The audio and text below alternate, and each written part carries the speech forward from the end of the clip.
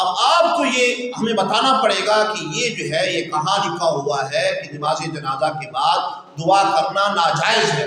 کوئی السلام علیکم ورحمۃ اللہ وبرکاتہ۔ میں آج ایک مرتبہ پھر ایک اہم ویڈیو کے حوالے سے آپ کے سامنے میں حاضر ہوں۔ وہ ویڈیو کچھ ایسی ہے کہ ایک شخص نے نماز جنازہ کے بعد دعا کے حوالے سے کہا ہے اپنی ویڈیو کے اندر، جو ویڈیو میں آپ کو ابھی سنانے جا رہا ہوں۔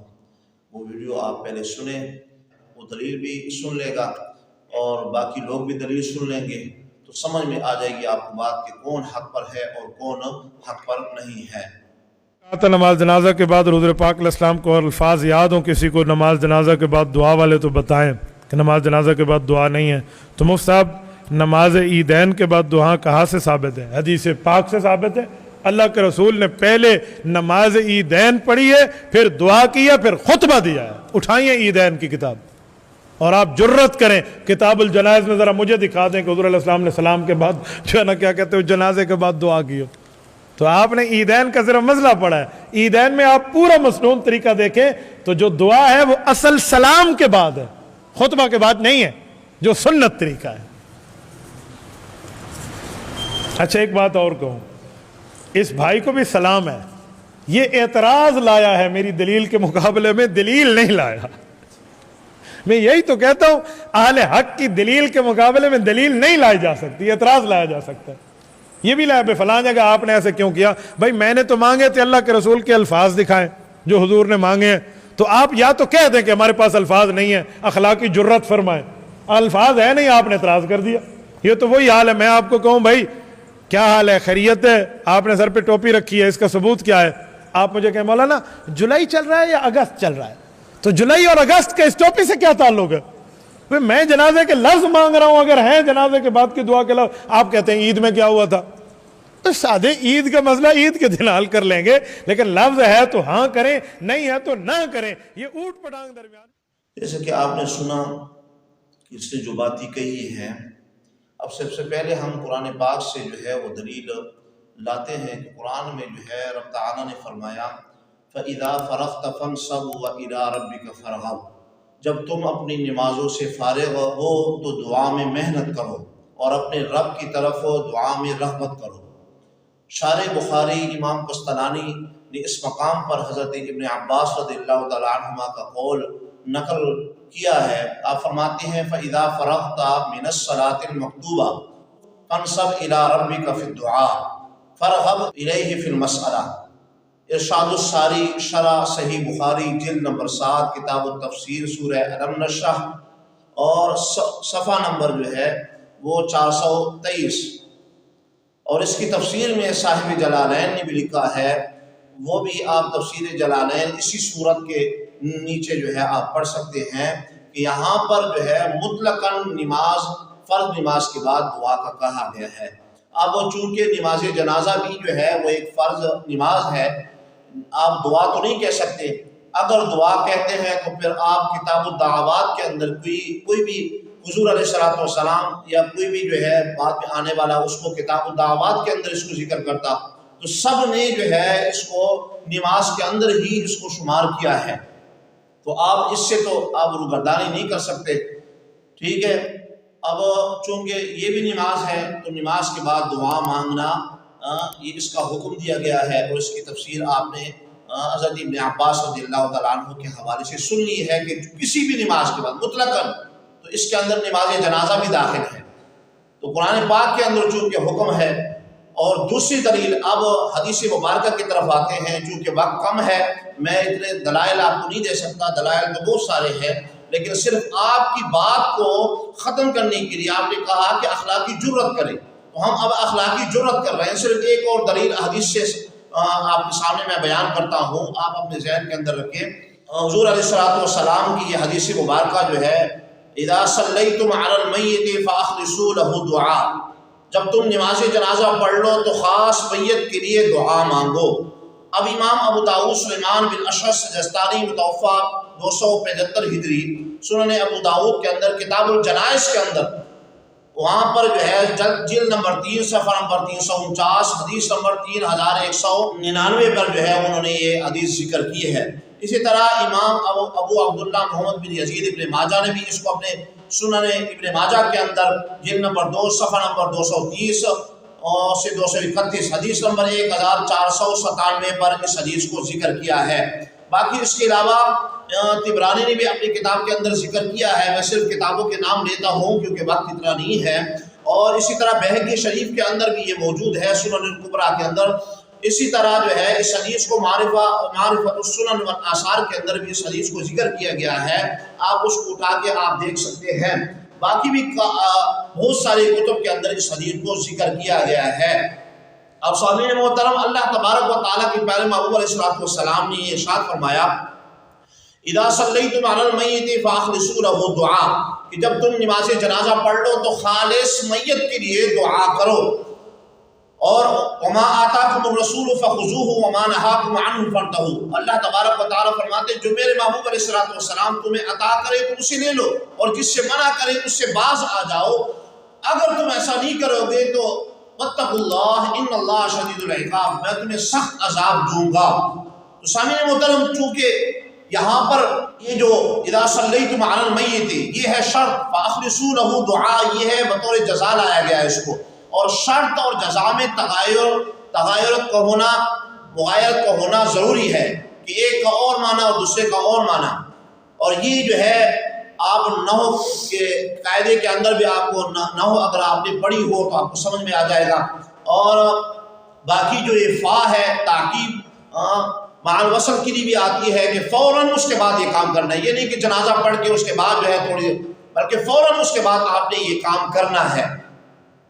اب اس پر آپ کہیں گے کوئی دلیل دو، تو قرآن پاک سے ہم آپ کو دلیل دیتے ہیں۔ قرآن پاک کے اندر اللہ تبارک و تعالیٰ نے ارشاد فرمایا فَإِذَا قُضِيَتِ الصَّلَاةُ فَانتَشِرُوا فِي الْأَرْضِ، یعنی جب جمعہ کی نماز سے تم پڑھ لو تو زمین میں منتشر ہو جاؤ، یعنی جمعہ کی نماز کے درمیان آپ نے منتشر نہیں ہونا، بلکہ نماز جمعہ پڑھنے کے بعد آپ نے منتشر ہونا ہے۔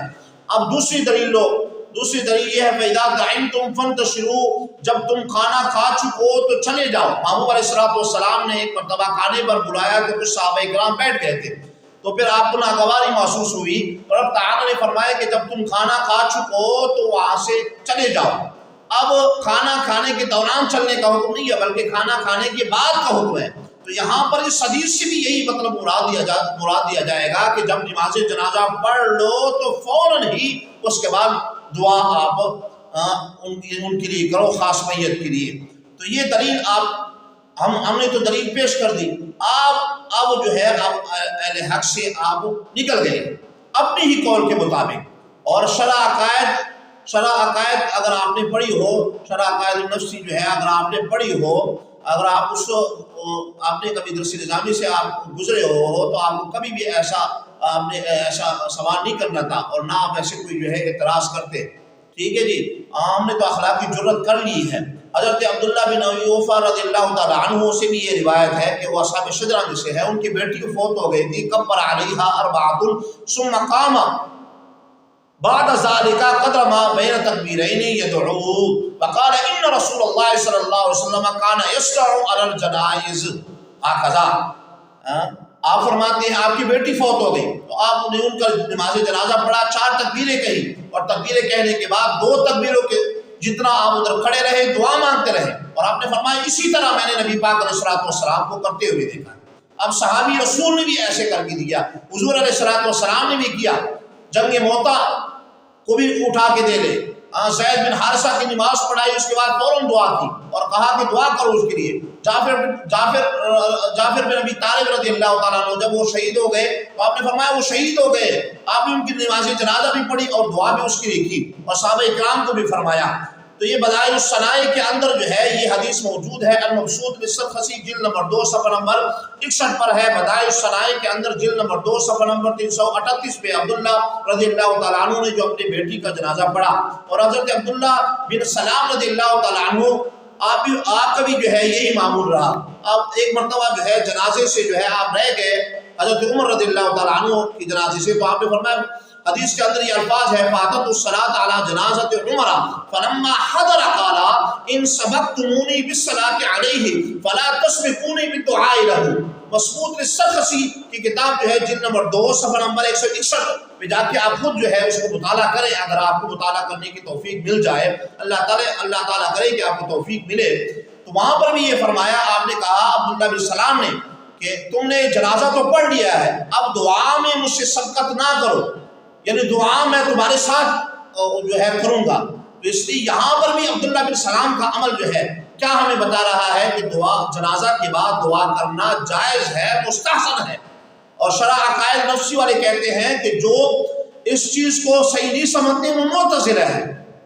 تو آپ بھی لگتا ہے ایسی کہ آپ اعتزال کرنے والے ہیں. اور حضرت ابو ہریرہ رضی اللہ تعالیٰ عنہ سے روایت ہے، قال قال رسول اللہ صلی اللہ علیہ وسلم اذا فرغ احدکم من الصلاۃ فلیدعو، کہ جب آپ نماز سے فارغ ہوں تو اس کے بعد جو ہے دعا کرو. تو یہاں پر بھی صلاۃ استغراقیہ ہے، یہاں اللہ کے عموم میں داخل کر دیا ہے کہ جو بھی نماز ہو نماز کے بعد آپ دعا کریں. تو نماز جنازہ بھی چونکہ ایک نماز ہے، اگر آپ نماز اس کو نہیں کہتے تو پھر دکھائیں آپ. اور پھر جو میں نے حدیث بیان کی ہے وہ بھی جو ہے حدیث ہے. اب آپ جو ہے آپ پر یہ ہمارا ایک اعتراض بڑھتا ہے، ایک آپ کے اوپر یہ ہے، آیتی بھی کافی سارے ہیں اور حدیثیں بھی کافی سارے ہمارے پاس موجود ہیں، لیکن صرف آپ کو جو ہے اخلاقی ضرورت آپ کے سامنے کرنی تھی اور یہ اخلاق کا تقاضا بھی یہ بات کر رہی تھی. تو اب آپ اس طرح کریں کہ آپ کوئی ایسی دلیل لائیں کہ جس دلیل سے یہ ثابت ہو کہ نماز جنازہ کے بعد دعا کرنا ناجائز ہے. اب میں آپ سے یہ کہہ رہا ہوں، اگر آپ دلیل نہ لے کے آئے تو پھر آپ اہل حق سے ہٹ جائیں گے، آپ اپنی قول کے مطابق. اس لیے ہم کہہ رہے ہیں کہ ہم حق پر ہیں، ہم جنازہ کے بعد دعا ہم کرتے ہیں اور ہمارا معمول رہا ہے شروع سے. صحابہ کرام کبھی، تابعین کبھی، حنفی جتنے بزرگان دین گزرے ان کے بھی اگر آپ اقوال ہم سے چاہیں گے تو ہم اس کی بھی اقوال آپ کے سامنے بیان کر دیں گے. تو آپ کو ثابت کرنا پڑے گا کہ نماز جنازہ کے بعد دعا کرنا ناجائز ہے. کوئی بھی صحیح حدیث آپ ہمارے سامنے جو ہے بیان کرے. یہ اب آپ کے اوپر یہ میرا قرض ہے، چونکہ آپ ڈی اے خان سے تعلق رکھتے ہیں، آپ مفتی ہیں ڈی اے خان کے. تو اب میں بھی ڈیرہ اسماعیل خان سے میرا تعلق ہے، میں نے اس بات کو زیادہ صحیح سمجھا کہ میں آپ کو اس کا جواب دوں. اب آپ پر یہ اخلاقی تقاضا اور اخلاق دے، ہاں اگر آپ یہ کہہ دیتے کہ یہ میرا مسلک ہے، یہ میرا عقیدہ ہے، تو ہمارے آپ سے کوئی جو ہے وہ لڑائی نہیں تھی. آپ نے مطلقاً کہا ہے، آپ نے مطلقاً یہ بات کی ہے تو اس کے اندر سب لوگ داخل ہیں. اب آپ کو یہ ہمیں بتانا پڑے گا کہ یہ جو ہے یہ کہاں لکھا ہوا ہے کہ نماز جنازہ کے بعد دعا کرنا ناجائز ہے. کوئی حدیث آپ کو بیان کرنی پڑے گی یا پھر کوئی آیت. میں نے آیت بھی مبارکہ بھی آپ کے سامنے بیان کی اور حدیث مبارکہ. وقت چونکہ کم تھا اس لیے میں نے صرف ایک آیت پر اور ایک حدیث پر انحصار کیا اور باقی ایک وہ جو ہے صحابی رسول کا عمل بھی آپ کے سامنے میں نے رکھا. لہٰذا اب آپ جرأت کریں اور آپ اس کا جواب ہمیں بتائیں. اگر آپ نہ دے سکے تو پھر آپ اپنے چینل پہ آئے، اس ویڈیو کو ڈیلیٹ کریں اور آئندہ جو ہے اس بات سے توبہ کریں. آپ کو غلط کہتا ہوں، اس بات سے میں اپنے آپ کو خلاصی کرتا ہوں، سب امت کے سامنے میں معافی مانگتا ہوں. یا پھر آپ اس بات کا اظہار کریں چینل پہ آ کے کہ یہ میرا عقیدہ ہے، باقی لوگ اس کے علاوہ جو دوسرے ہیں وہ ان کو میں کچھ نہیں کہتا، وہ حق پر ہیں، میں اپنا عقیدہ بیان کر رہا ہوں.